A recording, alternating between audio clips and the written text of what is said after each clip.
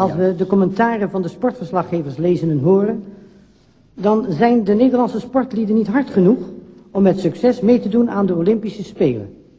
Als ik me niet vergis, dan houdt de Olympische eed in dat alleen het meedoen al voldoende is en dat het niet om de prestatie alleen gaat.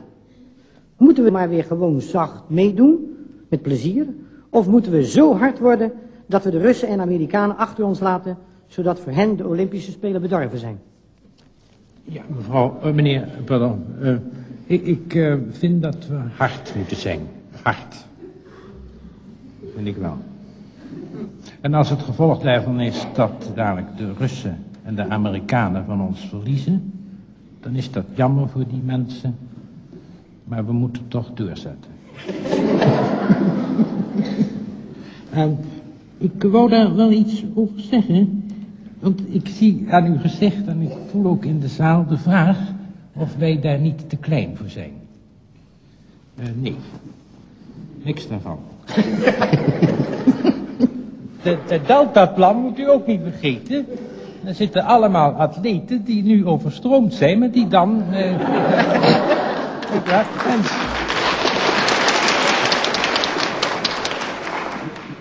En het grootste bezwaar waardoor wij zo weinig bereikt hebben, dat zie ik, en ik geloof niet dat daar nog op gewezen is, in de drassige bodem.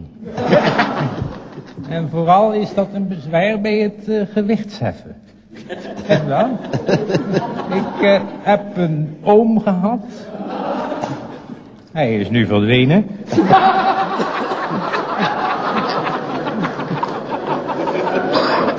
Die enorme kerel, een borstenkas, spierballen, en die had door thuis op zolder te oefenen, ik heb hem dikwijls bezig gezien, had hij het gebracht tot 472 kilo en 2 pond. En hij komt in Rome en hij gaat daar blij staan. Hier in Amsterdam was het in 1928 bij de Olympische Spelen en opeens zakt hij daar beneden. Wij kunnen aan onze bodem niet tegen. Hij is toen, we zijn onmiddellijk gaan spitten om te redden wat er te redden viel.